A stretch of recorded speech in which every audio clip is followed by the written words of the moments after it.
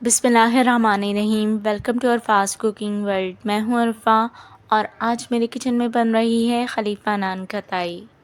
Season change हो रहा है और बच्चों को इस सीज़न में बहुत भूख लगती है, तो हमें कुछ ना कुछ उनके लिए बना के रखना चाहिए। ये बाहर की नान खताई से बहुत बहुत ज़्यादा खस्ता और टेस्टी है। एक बार आप इसको ज़रूर ट्राई कीजिएगा। ये घर में रखी चंद चीज़ों के साथ बन जाती है और इतनी टेस्टी कि आपका हाथ ही नहीं रुकेगा खाने से।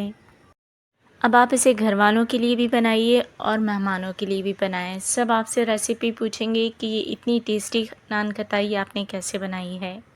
तो बनाते हैं नान खताई की रेसिपी। नान खताई बनाने के लिए हमें सबसे पहले घी ले लेना है। घी को हमें पहले मेल्ट करना है, मेजर करना है, उसके बाद इसको फ्रिज में रख देना है और इस तरह से जमा लेना है।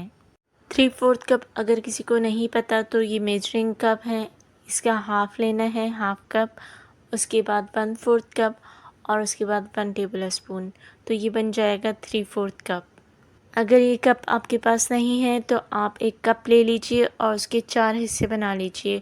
उसमें से 3 हिस्से आपको घी लेना है। आई होप कि आपको समझ आ गया होगा बहुत अच्छे से। अब हम इस घी को बॉल में निकाल लेते हैं। मैंने जल्दी में इसको फ्रीज़र में रख दिया था। आपको फ्रीज़र में नहीं रखना है, आपको फ्रिज में रखना है। अभी हम इसके छोटे छोटे पीसेस कर लेंगे ताकि हमें इसको ब्लेंड करने में आसानी हो।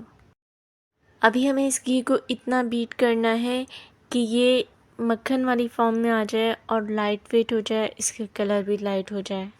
बीट करने के दौरान ये इधर उधर चिपकेगा, तो आपको इसको इकट्ठा कर के फिर उसके बाद बीट करना है ताकि ये अच्छे से बीट हो सके। मैं इसको लो बजट में घी में बना रही हूँ, तो आप घी की जगह बटर भी ले सकते हैं।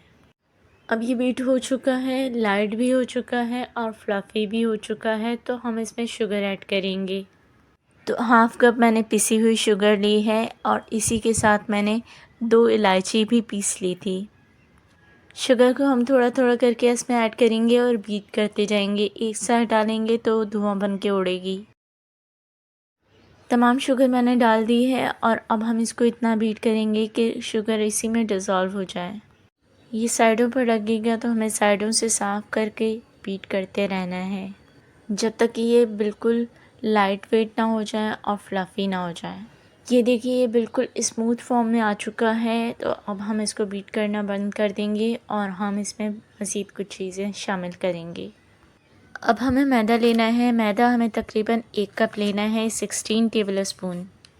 इसमें हम ऐड करेंगे 1 टीस्पून बेकिंग पाउडर और half tea spoon baking soda. इसी के साथ हम ऐड कर देंगे 2 ऑन्स यानी 4 टेबल स्पून बेसन। बेसन को मैंने छान कर ऐड किया है, आप भी छान कर ऐड कीजिएगा। इन तमाम चीज़ों को हम मिक्स कर लेंगे।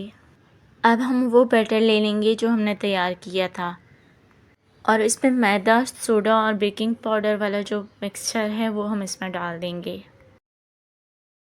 इसको हम पहले स्पैचुला से ही मिक्स करेंगे ताकि ये हमारे हाथों में ना लगे। जब ये अच्छे से मिक्स हो जाएगा तो हमें इसे हाथों की मदद से ही डो बनानी है।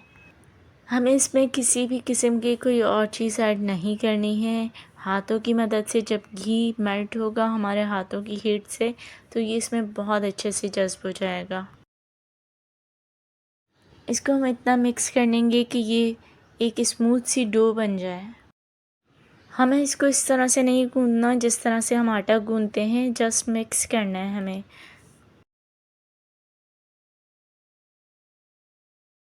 अब डो का मैंने हाफ़ हिस्सा ले लिया है। अब चाहें तो आप इसको बेल लीजिए या हाथों की मदद से इसको स्प्रेड कर लीजिए।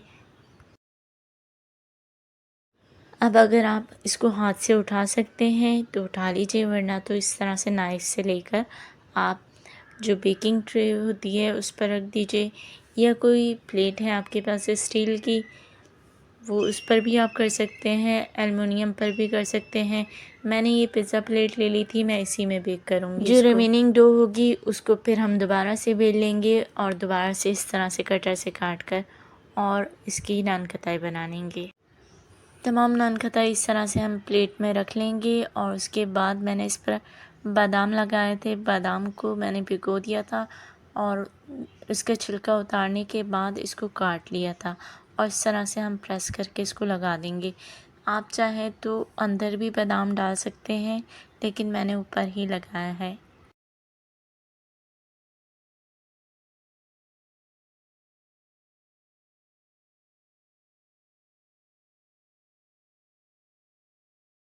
अगर आपको नान खटाई के अंदर भी बादाम का टेस्ट चाहिए तो फिर आप इसमें काट कर बैटर में डाल दीजिएगा। बादाम लगाने के बाद एक अंडे को हम बीट कर लेंगे और उसके बाद ब्रश की मदद से हम तमाम नान खटाई पर वो अंडा लगा देंगे। इससे इसका कलर बहुत अच्छा आएगा। अंडा लगाने के बाद हम इसे पतीले में बेक करेंगे। अगर आपके पास अवन है तो आप अवन में 20 मिनट तक इसको बेक कीजिएगा और पतीले में हम इसको 15 मिनट के लिए बेक करेंगे। पतीला पहले से प्री हीट होना चाहिए। मैंने इसमें थोड़ा सा नमक डाल दिया था, अगर आप चाहें तो डाल दीजिए, वरना ऐसे भी ये बेक हो जाएगी।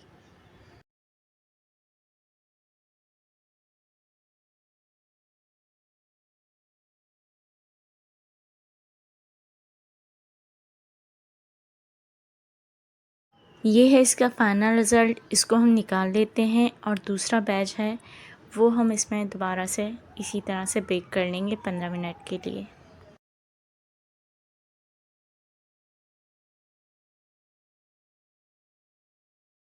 दूसरा बैच भी हो चुका है बेक और ये देखिए इसका रिज़ल्ट भी आप देख लीजिए कितना अच्छा आया है।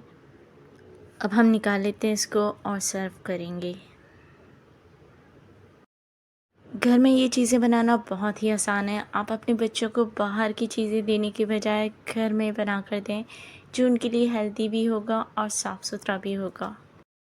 आप अपने बच्चों को बाहर की चीज़ें लेकर देने के बजाय घर में बनाकर खस्ता और मयारी चीज़ दें।